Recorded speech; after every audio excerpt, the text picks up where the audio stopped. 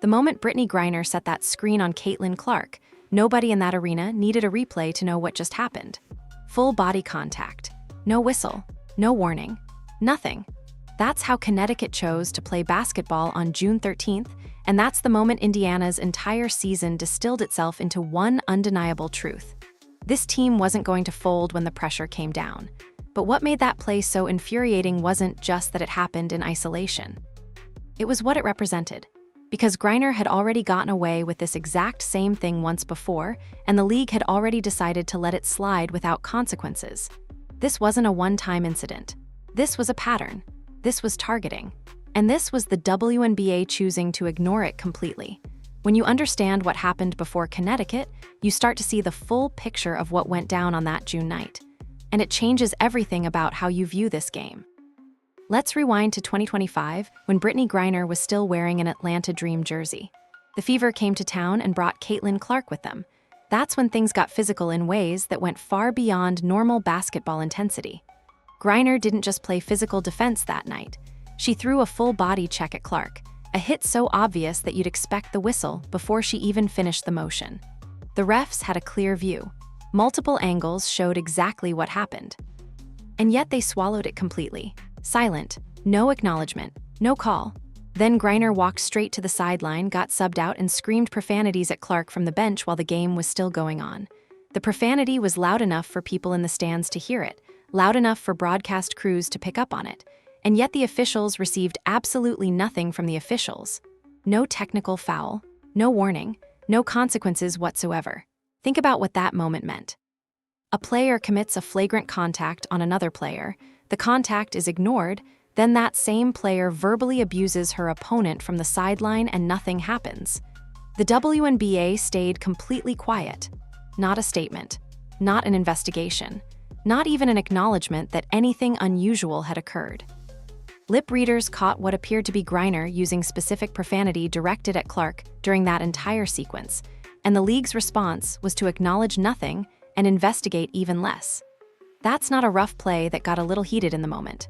That's not two competitors who got chippy and let emotions run high. That's a player with a personal problem targeting someone specifically and getting completely covered for it by the people who are supposed to run a clean, professional game. The Dream lost that night anyway, which is important context.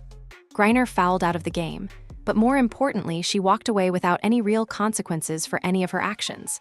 No suspension, no fine, no game ban, nothing. The league's silence sent an unmistakable message. If you target Caitlin Clark, the worst-case scenario is you foul out of that particular game. There's no accountability beyond that. There's no league-wide consequence. There's no statement that says this behavior isn't acceptable. That matters because it doesn't exist in a vacuum. It creates a precedent.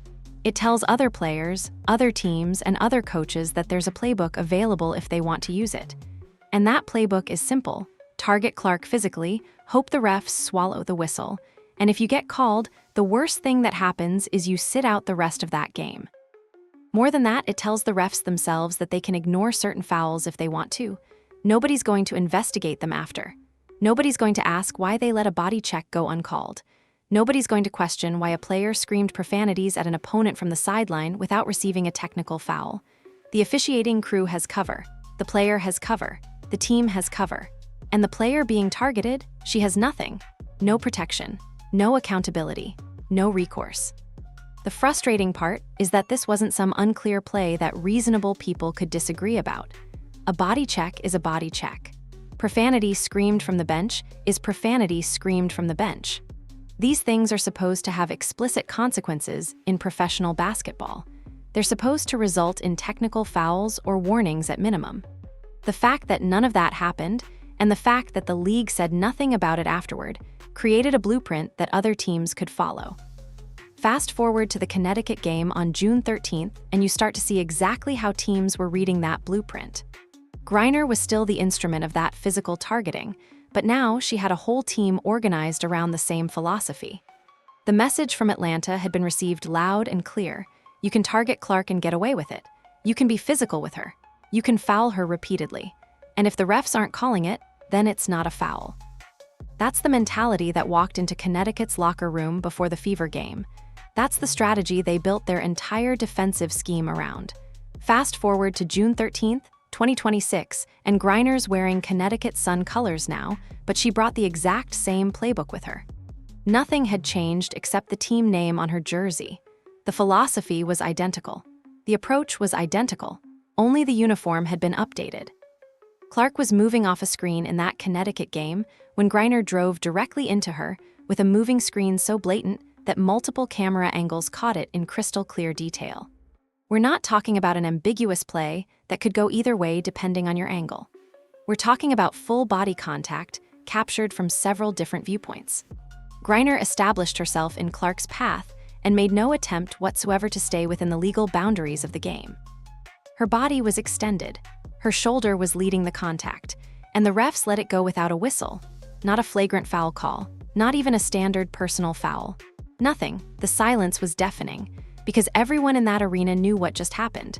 The broadcast crew knew, the coaches knew, the players knew, even Griner knew because she'd done it before and gotten away with it. The only question was whether the refs would actually call it, and the answer came back immediately: they wouldn't. The frustrating part isn't just that it happened twice, once in Atlanta with the Dream and once in Connecticut with the Sun. The frustrating part is that officials watched it happen twice across two completely separate seasons and decided both times that Clark didn't deserve protection. Let that sink in for a moment. The same player, the same type of play, two different uniforms, two different seasons, two identical outcomes. Clark is 6'1" tall and the most watched player in the entire WNBA. She's not someone who gets lost in traffic. She's not a player who blends into the background. She's the centerpiece of the league's marketing efforts. Nobody's losing her on the court. The refs saw what happened. They watched the contact. They observed the illegal screen. And they chose not to call it anyway. That's not a mistake. That's not an oversight. That's a choice. And that single non-call sent a very clear message to Connecticut's coaching staff and the rest of the roster. Bear-hugging Caitlin Clark away from the basket is a profitable defensive strategy. Hacking her 94 feet away from the action is perfectly fine. The refs aren't going to blow the whistle. The league isn't going to step in. And if they do somehow make a call, it'll probably get reclassified after the game ends anyway. Connecticut heard that message loud and clear, and they built their entire defensive scheme around it. They knew exactly how to exploit it. They had a blueprint. They had precedent. They had proof from an actual game that the refs would let Griner target Clark without consequence. So they went into that game with a specific strategy in mind: use Griner as your instrument of physical contact. Have the rest of the team coordinate around it. Foul Clark repeatedly just below whatever invisible threshold triggers a whistle. Keep fouling her. Keep the physicality constant. Make it uncomfortable. Make it personal. And watch what happens when a player who's used to getting calls suddenly finds herself without any protection whatsoever. What Connecticut miscalculated, or maybe they calculated it correctly but underestimated Clark's response, is what happens when you take away a player's free throws and force her to beat you from the field. Because Griner and the refs together had created a situation where Clark would never make it to the free throw line. Connecticut's whole game plan depended on that reality. If they kept fouling Clark just below the threshold, she wouldn't get to shoot free throws. Her scoring output would decrease. Their physical scheme would work. The Fever would be frustrated. The game would tighten up in the fourth quarter. Connecticut would make their comeback. That was the theory. What actually happened was something entirely different. What actually happened was that an angry, locked-in Caitlin Clark shooting nearly 60% from the field became a much bigger problem than a Caitlin Clark shooting free throws. And Connecticut spent the entire game creating that version of her. So Connecticut built their entire defensive scheme around one fundamental reality. They were going to foul Caitlin Clark repeatedly, and the refs weren't going to call most of it. That wasn't a hope. That wasn't a guess. That was a calculated strategy based on precedent from the Atlanta game and the message the league had sent by refusing to address what happened there. They knew what was possible because they'd already seen it happen. The Fever came into this game knowing they were going to face a specific type of physical defense. Aggressive, coordinated, relentless. The kind of defense that doesn't have any gray area. Either the refs are calling everything or they're not calling anything. There's no middle ground. And Connecticut had made a bet that they wouldn't be calling everything. The strategy was simple in theory but devastating in execution if it works. Keep fouling Clark just below whatever invisible threshold triggers a whistle. Don't let her get to the free throw line because free throws are free points and you can't defend against those. If you can keep her off the line, her scoring output decreases. The game stays closer. Your physical scheme works. The pressure mounts in the fourth quarter. Your team has a chance to come back. It's a cold, calculated approach, and it works when officials cooperate with it. And the refs did cooperate with it. Clark took 2 forearms from Griner during the game, and they called a foul on Clark. She was body-checked off the ball. No call. Griner led with her shoulder and took out Clark completely. Still no foul. You can't make this up. The inconsistency was staggering. Connecticut kept doing it from tip-off straight through the final buzzer. Foul. Foul again. Keep fouling. The officiating environment essentially handed Connecticut a free pass to be as physical as they wanted with Clark all night long without any real consequences. It's like they were given explicit permission to operate outside the normal rules of the game. The Fever couldn't get to the free throw line because the refs made it profitable for Connecticut to foul without getting caught. So the Sun kept fouling, over and over again. Every possession had contact. Every drive had a hand on Clark. Every cut off the ball had physicality involved. And the refs swallowed their whistles every single time. Think about what that does to a player mentally. You're being fouled constantly. You're getting bear hugged. You're taking illegal screens. You're getting hit, and nothing's being called. You're not getting to the free throw line. You're not getting any relief. You're not getting any protection. And the refs are watching it happen and choosing to let it go. That's the kind of thing that could break a younger player. That could frustrate someone into making mistakes. That could lead to technical fouls and ejections and all sorts of problems. But that's not what happened with Clark. The statistics told the whole story. Clark attempted 0 free throws for the entire game, not one trip to the line, not one chance to pick up easy points while the defense was draped all over her. That's not because Connecticut played clean basketball. That's because they made a strategic decision to foul her, and the refs made a strategic decision to let it happen. That's because the officiating environment created a profitable scenario for breaking the rules. The Sun kept doing it because it worked. They kept fouling because there were no consequences. The refs kept not calling it because they decided that's how they were going to call the game. And here's the thing that makes it even more problematic. It wasn't just Griner doing this. It was a team-wide approach. It was organized. It was coordinated. It was Connecticut's entire defensive strategy built around getting away with fouls on Clark. Every player on the Sun knew the assignment. Foul her. Don't let her get to the free throw line. Keep her uncomfortable. Keep her from getting into a rhythm. Do whatever it takes physically and trust that the refs won't blow the whistle. That's a team making a calculated bet that they can break the rules without consequence. And for most of the game, they were right. What Griner and the refs together miscalculated is something pretty fundamental about basketball and about Caitlin Clark specifically. She doesn't actually need the free throw line to put up 25 points. That was the assumption. That was the bet. That was the entire strategy built around. If you keep her off the line, her scoring decreases. But that assumption was wrong. It was catastrophically wrong. Clark went 10 of 17 from the field against one of the WNBA's most physical defenses. She did it while getting bear hugged off the ball. She did it while taking illegal screens without any calls. She did it while receiving 0 protection from the officials. An angry, locked-in Caitlin Clark shooting 59% from the field is genuinely a worse problem for a defense than a Caitlin Clark who's just collecting free throws. Connecticut's entire game plan was predicated on the opposite being true. The statistics were almost too clean for how ugly the conditions were. No free throws, refs letting Connecticut foul her all night, Griner running illegal screens without a whistle. Clark finished 10 of 17 from the field, 25 points, 5 of 10 from three-point range, 50% from 3. That's not a player surviving a rough night. That's a player carving up a defense that thought it had her figured out. That's a player responding to adversity by elevating her game rather than shrinking. The big shots came at exactly the moments when the Fever needed them.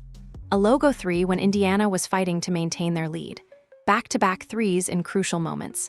The pick and roll with Aaliyah Boston was the specific action Connecticut couldn't solve all game long. Boston sets the screen.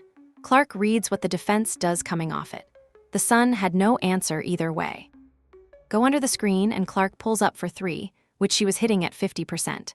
Go over it and Clark attacks the lane or dumps it to Boston rolling toward the basket.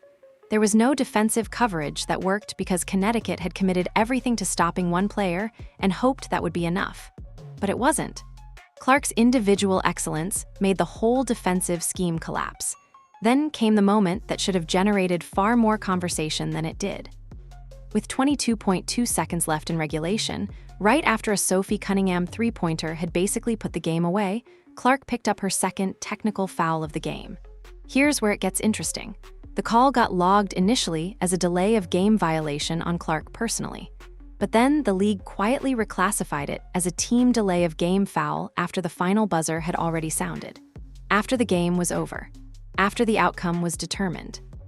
After everything had concluded. Two completely different things. A personal technical foul on Clark moves her toward an automatic one-game suspension at 8 technicals.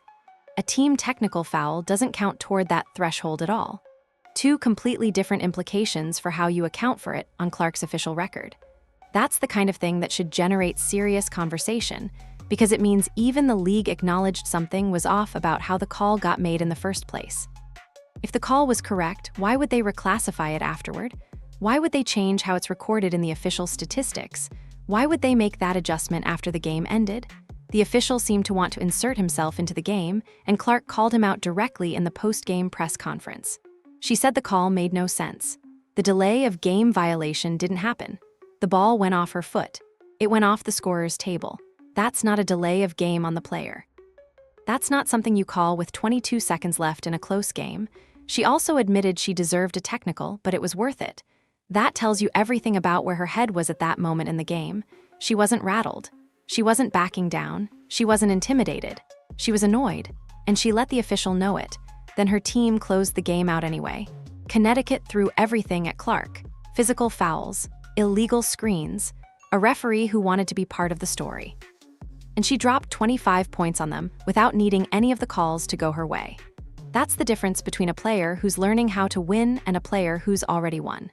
Now Sophie Cunningham's story gets really interesting because the official explanation and the actual story might not be the same thing, and the gap between them is worth exploring in detail. Cunningham missed the game right before Connecticut entirely.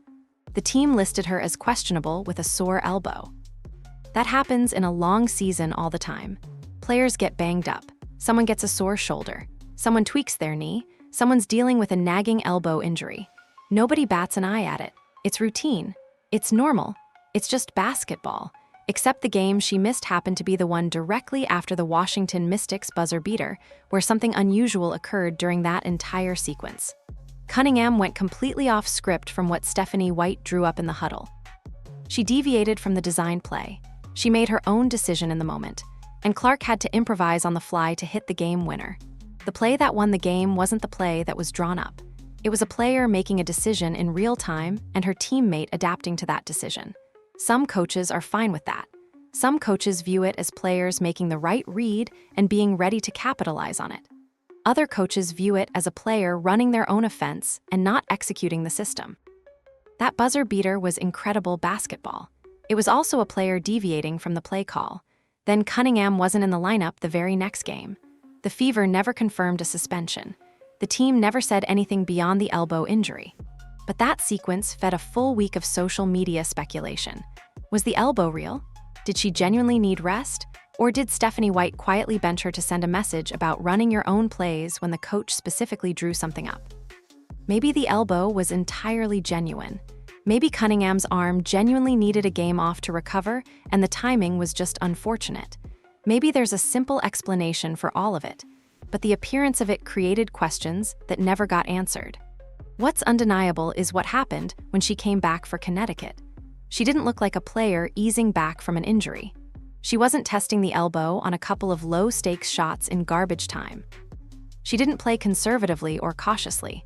She was hunting. She was aggressive. She was looking to score. The Fever had been bleeding leads in the fourth quarter in recent games, which had been a consistent problem. This Connecticut game started trending the same way. Indiana had built a comfortable cushion early, and the Sun were chipping away at it methodically, using their physicality to grind the Fever's offense down. Their whole plan was to make the game uncomfortable late. Uncomfortable enough that the pressure would show. Uncomfortable enough that mistakes would happen. For a while, it was working exactly as planned. Then Cunningham caught fire, and the game just ended. 11 points in roughly 2 minutes in the fourth quarter. An almost absurd production rate at any level of basketball, at any competition level. We're talking about elite-level scoring efficiency in the moments when it mattered most. 4 of those buckets came directly off Aaliyah Boston, reading the defense and finding Cunningham in exactly the right spots, while Connecticut was still trying to account for Clark. The Sun had no answer for that run, partly because their scheme was still built primarily around stopping Clark, partly because Cunningham wasn't missing anything she looked at during those 2 minutes. The reason Cunningham fits so perfectly next to Clark is pretty straightforward. She doesn't need the ball in her hands to be a real threat on the court, so she and Clark aren't competing for the same space or the same actions on the floor. Clark draws the defense's attention. Clark pulls extra bodies toward her, and Cunningham stands in the gaps those bodies just vacated and waits. When she's cold, defenses can live with that possibility. They can accept some open shots if it means committing resources to Clark. When she's hot the way she was against Connecticut, there's genuinely no good defensive answer, because you can't leave Clark to guard Cunningham without handing Clark an open 3. And you can't leave Cunningham to chase Clark without giving Cunningham a clean look from the corner. Whether Cunningham sat out the Mystics game because her elbow genuinely needed rest, or because White needed to make a point about following the play that was drawn up, she came back to Connecticut and dropped 11 points in 2 minutes when the Fever needed someone to end the game. That doesn't look like a player who spent the week icing an elbow. That looks like a player who spent the week with something burning inside her chest. Connecticut had no good option in that fourth quarter stretch, and Cunningham made them pay for every single wrong choice they made. The Suns' comeback attempt stopped completely. The game stopped being competitive, and Indiana closed it out without the late-game chaos that had been showing up in previous wins. After the game, Cunningham talked about what was going through her head during those crucial moments. She said, "You just have to stay ready. You have to give your teammates their flowers when they're going off. You have to stay in your own lane. You have to understand that minutes are up and down in professional basketball. You play, then you miss a game. It can get frustrating at times, but you just have to stay your course and run your race." When it was her time to hit her shot, she did it. She delivered exactly when it mattered most. Aaliyah Boston finished the night with 13 points, 11 rebounds, and 5 assists. She wasn't just standing around setting screens and waiting to be ignored. When Connecticut collapsed onto Clark trying to create extra pressure, Boston found the open player on the weak side. Late in the game, those passes kept finding Cunningham in exactly the right spots. The Fever had built an offense that Connecticut simply could not defend because it didn't rely on one player being perfect. It required the entire team to execute and trust each other. That's what made the difference in the fourth quarter when the game got tight. Kelsey Mitchell dropped 19 points and 5 assists alongside Clark. That mattered because it meant Connecticut couldn't fully collapse onto Clark without leaving Mitchell open on the perimeter. Every time the Sun tried to throw extra attention at Clark, Mitchell made them pay from the outside. And that's a problem a physical defensive scheme simply isn't built to handle when it's specifically designed to smother one player. You can scheme against one player. You can overload on Clark. Push her off her spots, body her all night, hope the refs keep swallowing whistles, but when Billings is hitting double digits, Mitchell's pouring in 19, and Cunningham is going nuclear in the fourth quarter, there's no scheme left that covers everyone. Monique Billings finished with 10 points, 8 rebounds, and 2 blocks as a starter. Those are real starter numbers, not garbage time padding or statistical flukes. Her 2 blocks against Connecticut's interior game gave Indiana a defensive presence up front that the Fever didn't consistently have earlier in the season. When the Sun tried to go inside and pound the ball against Indiana's big, Billings was there and Connecticut had to adjust. That's not a role player surviving on the margins.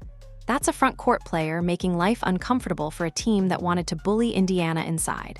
She anchored the defense. She protected the rim. She created problems for Connecticut's offensive strategy. The rebounding was a collective effort in a way it hasn't always been for this team. Boston grabbed 11, Billings grabbed 8, and Lexi Hall was active on the glass throughout the entire game. Connecticut couldn't generate second chance points, which cut off the main engine of any potential comeback attempt. You can't chip away at a lead if every missed shot ends the possession right there. And Indiana didn't give the Sun extra chances. The Fever shot 49% from the field and 41% from three as a team. Clark was 50% from three, but she wasn't the only one making shots. Multiple players were converting at high rates simultaneously. That's what Connecticut had no answer for because their entire defensive philosophy was built around stopping one player. The Clark-Boston pick and roll is going to need serious film study from every coaching staff in the league that hasn't already spent countless hours studying it. Boston, as a screener and secondary playmaker, is a combination that opposing teams couldn't crack in 4 full quarters of trying. Coaches now have to account for Billings punishing any team that ignores the front court to load up on Clark and Boston. 3 straight wins, a road win against a physical team. Bad officiating. Griner targeting Clark twice. Indiana's own fourth quarter habits all stacked against the Fever in this game. They closed it out anyway. This is a team learning how to win despite everything working against them. The fourth quarter is where you see what teams are really made of. It's where talent stops being enough and heart becomes the difference. Connecticut had a plan going into that quarter. They'd been grinding on Indiana all game long with their physical defense. They'd been fouling Clark without consequence. They'd been keeping the game tight through physicality and the ref's willingness to let things go uncalled. The game was trending exactly how they wanted it to trend. Indiana had built a comfortable cushion, and the Sun were methodically chipping away at it. The pressure was building. The game was tightening. This was the moment where the Fever's fourth quarter problems from earlier in the season could show up again. But this team responded differently than previous versions would have. Lexi Hall didn't show up in the box score in a way that jumps out at you, but she was doing the defensive work that kept Indiana's entire rotation from breaking down. Staying in front of Connecticut's guards, fighting for loose boards, not picking up the careless fouls that would have put her on the bench when the Fever needed bodies on the floor. That kind of stuff doesn't get highlights. That kind of work doesn't make ESPN. But it kept the Fever's fourth quarter rotation intact when Connecticut was pushing hard to get back in the game. She was the glue that held things together during the moments when the game could have slipped away. Then Cunningham caught fire and the game just ended. 11 points in roughly 2 minutes in the fourth quarter, an almost absurd production rate at any level of basketball. She wasn't just hitting random shots either. These were meaningful baskets. These were responses to Connecticut's runs. These were dagger shots that ended any realistic chance of a comeback. 4 of those buckets came directly off Aaliyah Boston, reading the defense and finding Cunningham in the right spots, while Connecticut was still trying to account for Clark. The Sun had designed their entire defensive scheme around stopping one player, and that decision came back to haunt them when multiple players started executing at a high level. Cunningham talked about what was going through her mind after the game. She said, "In the first half you're open, but your teammates are going off too, so you give them their flowers and stay ready. Minutes are up and down in this league. You play, you miss a game. It can get frustrating, but you just have to stay your course and run your race. When it's your time, you deliver." And she delivered when it mattered most. She told people before the game that she was going to make 3 threes that night, and she followed through on that word. That's not luck. That's not coincidence. That's a player who knows exactly what she brings to a team and is willing to bet on herself. Aaliyah Boston's role in that fourth quarter surge cannot be overstated. She wasn't just a screener. She was a secondary playmaker. She was reading the defense and making the right pass every single time Connecticut collapsed toward Clark. Those passes were finding open players in rhythm. They were creating easy scoring opportunities. They were putting teammates in positions to succeed. That's the kind of basketball that wins championships. That's the kind of unselfish play that separates good teams from great teams. Boston was doing everything. The technical foul that Clark picked up with 22 seconds left was the only blemish on an otherwise flawless fourth quarter execution. But Clark didn't let it derail her or her team. She accepted it, understood it was worth it, and moved on. Her team answered. The game closed out. Connecticut ran out of time. The Suns' physicality couldn't overcome Indiana's depth and execution. The refs' bias toward letting Connecticut play physical couldn't overcome a team that simply made more plays and hit bigger shots when it mattered most. Indiana won 85-75 on the road. That's the final score. But the real story isn't in the scoreboard. It's in what this team showed about its ability to handle adversity, to handle targeting, to handle bad officiating, to handle physical defense designed specifically to slow them down, and to respond by playing better basketball. 3 straight wins, a road win against a physical team that had a clear game plan, bad officiating that favored Connecticut throughout the entire game. Griner targeting Clark twice across 2 separate seasons with no consequences. Indiana's own fourth-quarter habits that had been problematic earlier in the season. All of that stacked against the Fever in this game. They closed it out anyway. That matters because it says something about who this team is and who they're becoming. This isn't a team that folds when things get difficult. This isn't a team that shrinks under pressure. This is a team that's learning how to win in the toughest circumstances. Cunningham's 11-point burst in 2 minutes didn't just win the game. It sent a message to Connecticut and every other team watching that there's no version of this matchup where the Fever don't have someone ready to end it. There's always going to be another threat. There's always going to be another player ready to step up. You can't build your entire defensive scheme around stopping one person because this team has too many weapons. Clark dropped 25 points on Connecticut's physical defense without a single free throw. That's an elite offensive performance under adverse circumstances. Cunningham exploded for 11 points in 2 minutes to slam the door. The Fever won by 10 on the road, while the league was busy reclassifying its own officiating calls after the final buzzer had already sounded. The rebounding was a collective effort in a way this team hasn't always managed. Boston grabbed 11. Billings grabbed 8. Hall was active on the glass throughout. Connecticut couldn't generate the second chance points that are typically the engine of any comeback attempt. The Fever shot 49% from the field and 41% from 3 as a team. Clark was 50% from 3, but she wasn't the only one. Multiple players were converting at high rates simultaneously. Multiple scoring threats. Multiple solutions to problems. That's what Connecticut had no answer for because their entire defensive philosophy was predicated on stopping one player. The Clark-Boston pick and roll is going to require serious film study from every coaching staff in the league that hasn't already spent hours on it. Boston as a screener and secondary playmaker is a combination that coaches need to figure out how to defend because it's creating consistent advantages. Opposing teams now have to account for Billings punishing any team that ignores the front court to load up on Clark and Boston. There's no good defensive answer. That's the problem Connecticut faced. That's the problem every team is going to face moving forward. Indiana is building something real. This team is growing. This team is learning. And the scary part for the rest of the WNBA is that they're doing it while dealing with physical targeting from opposing players, inconsistent officiating that seems biased against them, and the kind of late-game pressure that has historically broken younger rosters. But not this one. Not anymore. This Fever team is different because they have multiple ways to win. They have multiple scoring threats. They have multiple solutions to defensive problems. They have depth. They have resilience. They have execution. The Fever won this game because Connecticut built their strategy around stopping one player and hoped that would be enough. But the Fever aren't a one-player team anymore. They're a complete team. They're a threat because of Aaliyah Boston and Sophie Cunningham and Kelsey Mitchell and Monique Billings and Lexi Hall and everyone else contributing. They're a threat because they play together, because they execute, because they trust each other, because when one player gets stopped, another one takes over. That's why 3 straight wins matters. That's why this road win against Connecticut matters. That's why the way they responded to adversity matters. Indiana is no longer a team that can be shut down by stopping Caitlin Clark. They're no longer a team that struggles when the refs don't call the game their way. They're no longer a team that falls apart in the fourth quarter. They're becoming a complete team. And the rest of the WNBA should take notice, because this is just the beginning of what's possible when you have that kind of depth and determination.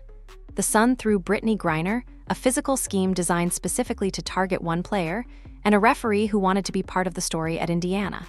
And Indiana went out and won anyway. That's what separates teams that are learning how to win from teams that are still figuring things out. This Fever team is learning. They're growing. And the scary part for the rest of the WNBA is that they're doing it in the face of adversity that should have broken them. But it didn't break them. It made them stronger. Let me know down in the comments below if you think the WNBA should suspend Brittney Griner for her pattern of targeting Caitlin Clark across multiple seasons. This is the kind of conversation the league needs to have if they want to be taken seriously as a professional organization. Don't forget to like, subscribe, and turn on all notifications because we're bringing you all the action and top stories from the WNBA. Click the video on screen, and we'll see you in the next one.